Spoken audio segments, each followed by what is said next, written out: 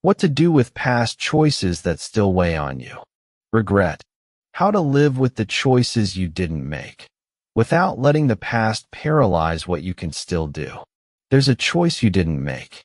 You might have many, but there's one that still occupies space. It appears at specific moments.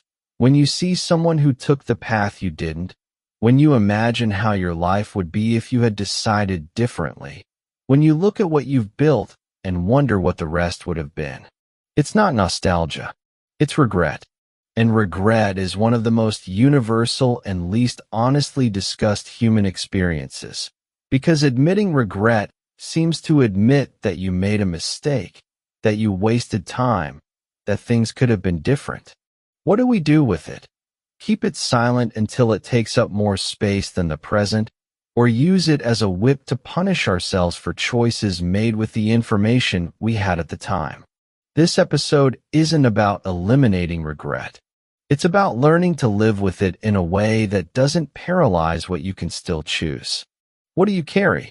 You don't have to reveal it completely, but having it present while you listen changes what remains. Daniel Kahneman and Amos Tversky, in their work on prospect theory, documented something counterintuitive about regret. People tend to regret more the things they did than the things they didn't do in the short term. But in the long term, the pattern completely reverses.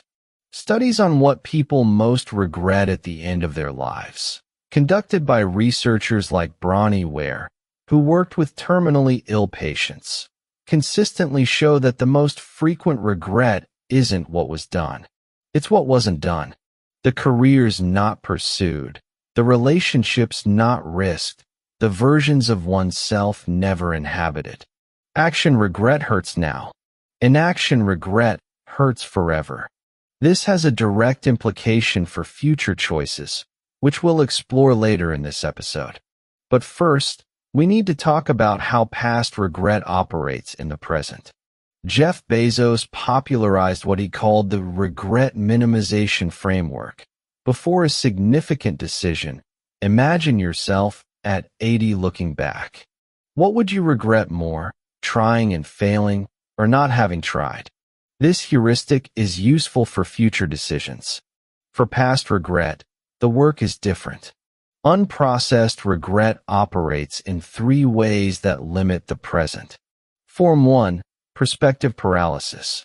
Past regret feeds the fear of future regret, and that fear makes any significant choice feel more costly. What if I regret this too? Becomes a reason not to decide, when in truth, it's the previous regret operating in the present as anticipatory anxiety. Form 2. Narrative of waste. Interpreting regret as wasted time. I wasted 10 years going in the wrong direction. I should have known sooner. Creates a narrative of loss that makes it hard to value the present, because the present is contaminated by the feeling of having arrived late. Form 3. Identity of what could have been. The alternative version of yourself, the one that would have existed if you had chosen differently, becomes a constant presence with whom you compare yourself unfavorably. I could have been X is a phrase that completely prevents you from seeing who you are and who you can still be. Processing regret doesn't mean resolving it or eliminating it. It means changing your relationship with it from a paralyzing weight to useful information. Step 1. Contextualize the choice. The choice you didn't make was made with the information, resources, maturity, and context you had at the time, not with what you know now. This doesn't eliminate the pain of regret, but it removes the moral judgment component that it often carries. You didn't fail. You did what you could with what you had. Step 2. Distinguish what you lost from what you learned. Any untraveled path has real losses, and it also has what the path you took taught you. The career not pursued cost something. It also taught something that the other path wouldn't have taught. Both things are true, and both need space to exist without one negating the other. Step 3. Find what is still possible. Inaction regret often has a hidden question. Is it too late? For many things, the honest answer is, not completely. The path not taken exactly as it would have been if you had chosen earlier, that's probably no longer possible. A version of what you wanted, adapted to where you are, often still is. Step 4. Use regret as a future compass. What you regret not having done says something about what matters to you, not as punishment, but as information. If you regret not having taken more risks, that says something about what you value that you can apply to the choices you still have ahead. Is there a main path that is still possible, in a version adapted to where you are? Or is there clarity that this path is genuinely behind you, and the work is to accept it? There's a type of regret that has no practical resolution, where what's left behind is genuinely left behind, not due to lack of effort or intention, but because time has passed, circumstances have changed, the window has closed. For these, the work isn't to find the possible equivalent. It's to accept, in the active sense of the term, not in the passive sense of resignation. Active acceptance isn't, it's fine as it is. It's, this happened, it can't be changed, and I choose not to let the weight of what can't be changed prevent me from what still can. Accepting a real regret is perhaps one of the most courageous forms of choice that exists, because it's choosing to continue building without the guarantee that what's left behind will ever stop hurting. You don't need to resolve the past to build the future. You need to not let the unresolved past govern the future. Regret is real.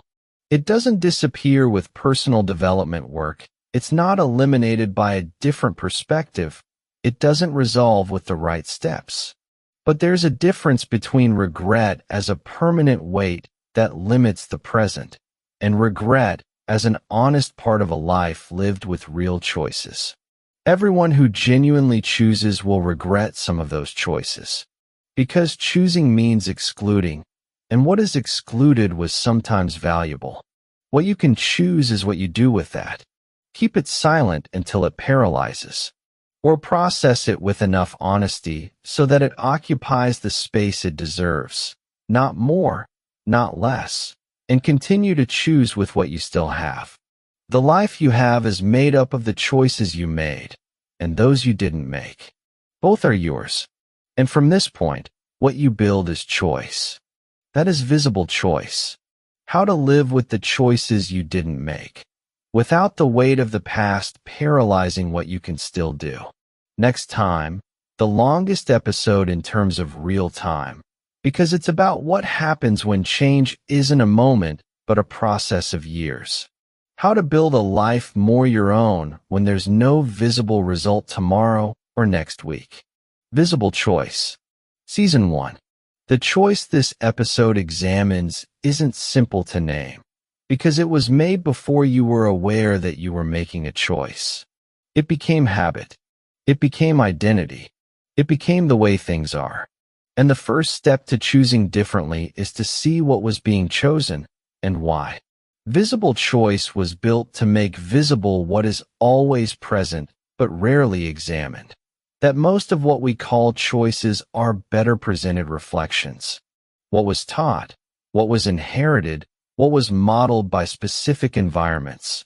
All of this operates in decisions that seem most personal and most free. There's a difference between deciding and choosing.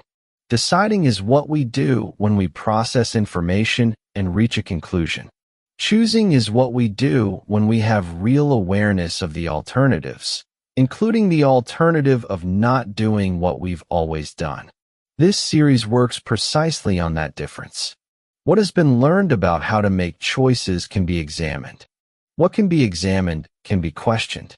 And what can be questioned can, with time and honest work, be replaced by something that is genuinely yours, and not just the echo of what was taught before you had a voice about what to learn.